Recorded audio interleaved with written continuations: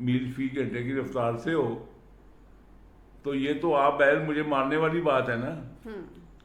तो उस जज्बे का ये फायदा हुआ कि जब हमने सुना रेडियो पे कि ये एयरफोर्स वाले ये कर रहे हैं, आर्मी वाले ये कर, तो हमारे जो जज्बात हमारे कमांडिंग ऑफिसर थे, उन्होंने जब हेडक्वार्टर को पहुंचाए, हो सकता है हेडक्वार्टर इस मूड में ना होता कि ये रिस्क लिया जाए, लेकिन जब उन्होंने कहा यहाँ तो जनाब बगावत हो जाएगी, ड्यूटी हो जाएगी, ये यंग अफसर, ये यंग सेक्रेटरी तो हमें नहीं छोड़ेंगे, तो हमने इनके हाथों मरना है, तो बेहतर नहीं कि उधर जाके मरे।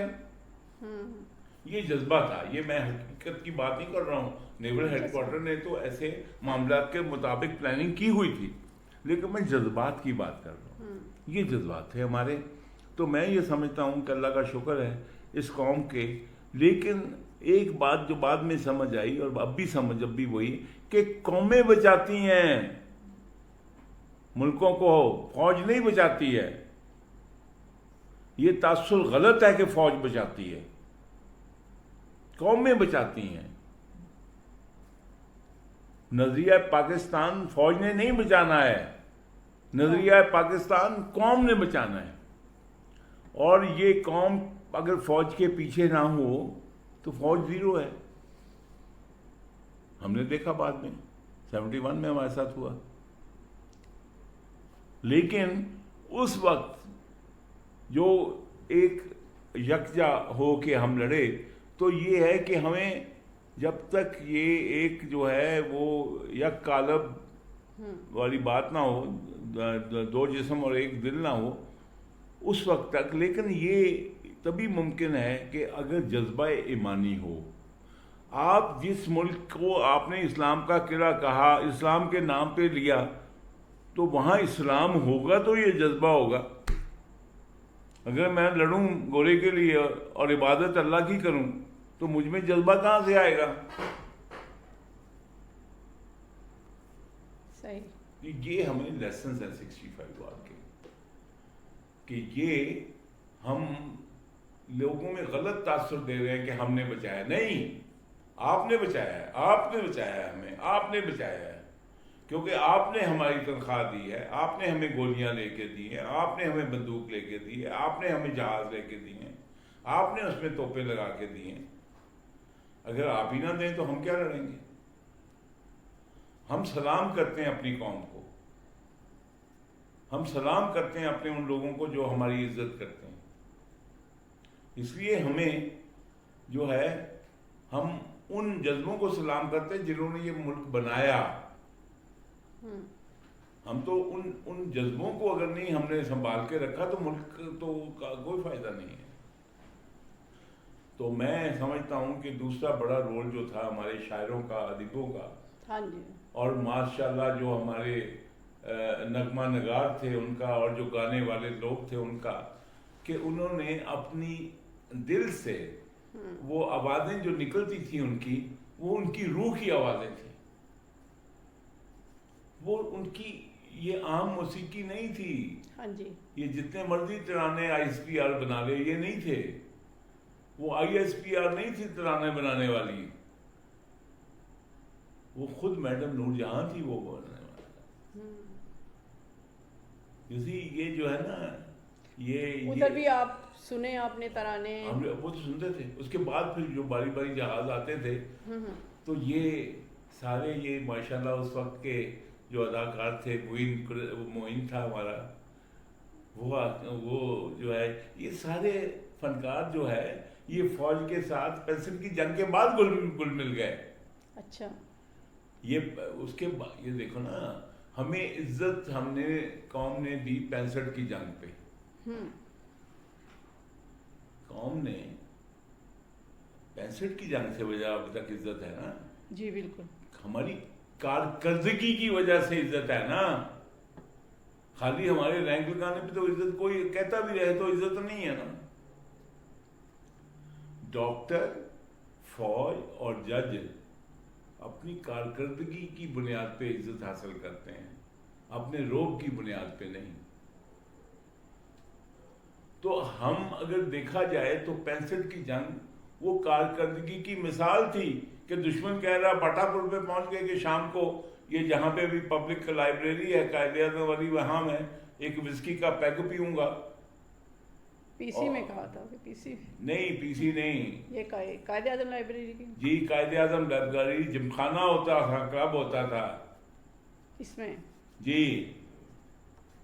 तो ये जो है, ये मैं लाहौर से था, मेरे वालिद भी रिटायर्ड थे।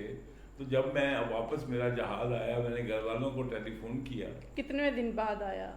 मेरा ख्याल है कोई 1 महीने, 1.5 महीने, 1.25 महीने के बाद आया। 1 महीना तो था कम से कम। 1 महीने के बाद आप लोग आए। लेकिन जाने से पहले मेरी एक टेलीफोन बात हुई वालिद साहब से। महाज पे समझे या? अभी नहीं गया मैं, लेकिन अच्छा। अभी महाज गर्म हो रहा था, क्योंकि हम रन कच्छ मार्च में शुरू हो गया था। हाँ तो जी। हमने सितंबर में जंग नहीं लड़ी, हम कच्छ में, हम मार्च अप्रैल से कच्छ में थे। और जून जुलाई की गर्मियों में जब जहाज और समुद्र बड़ा गर्म होता है, अच्छा। और समुद्र में ठहरना बहुत मुश्किल होता है, हमने वो सारा जून जुलाई वहां गुजारा।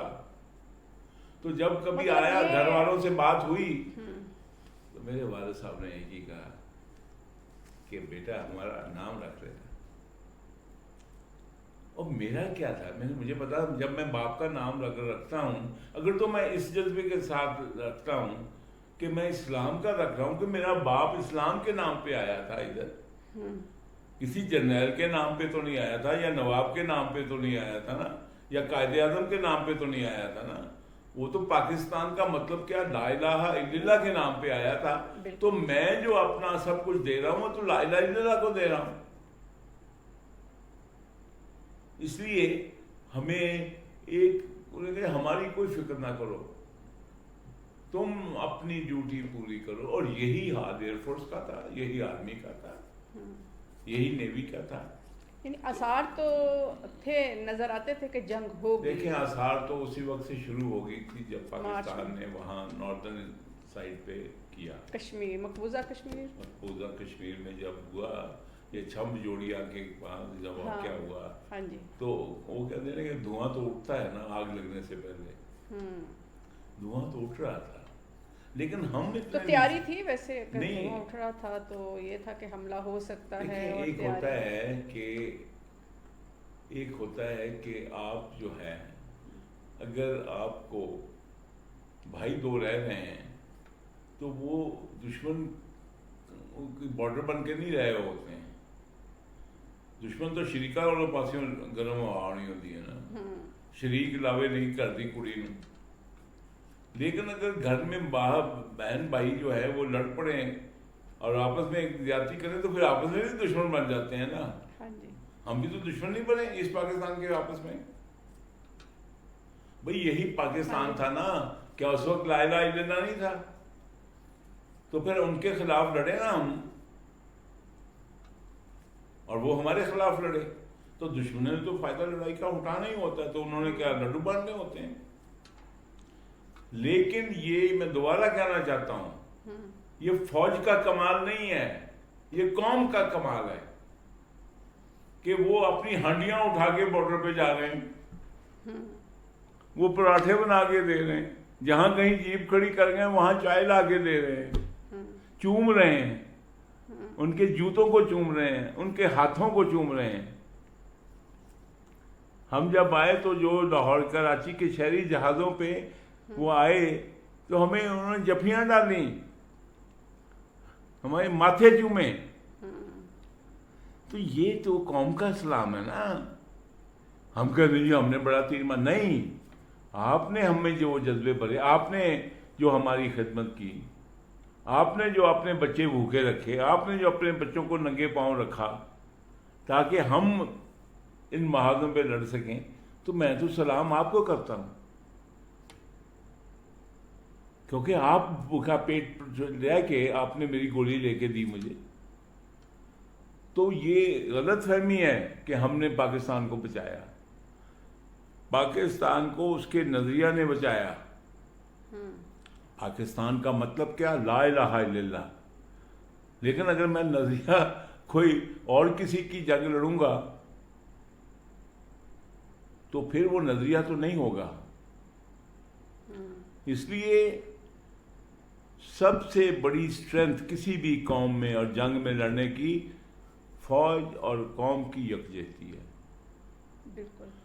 फौज का दुश्मन दुश्मन की फौज होती है, अपने घर के सिविलियन नहीं।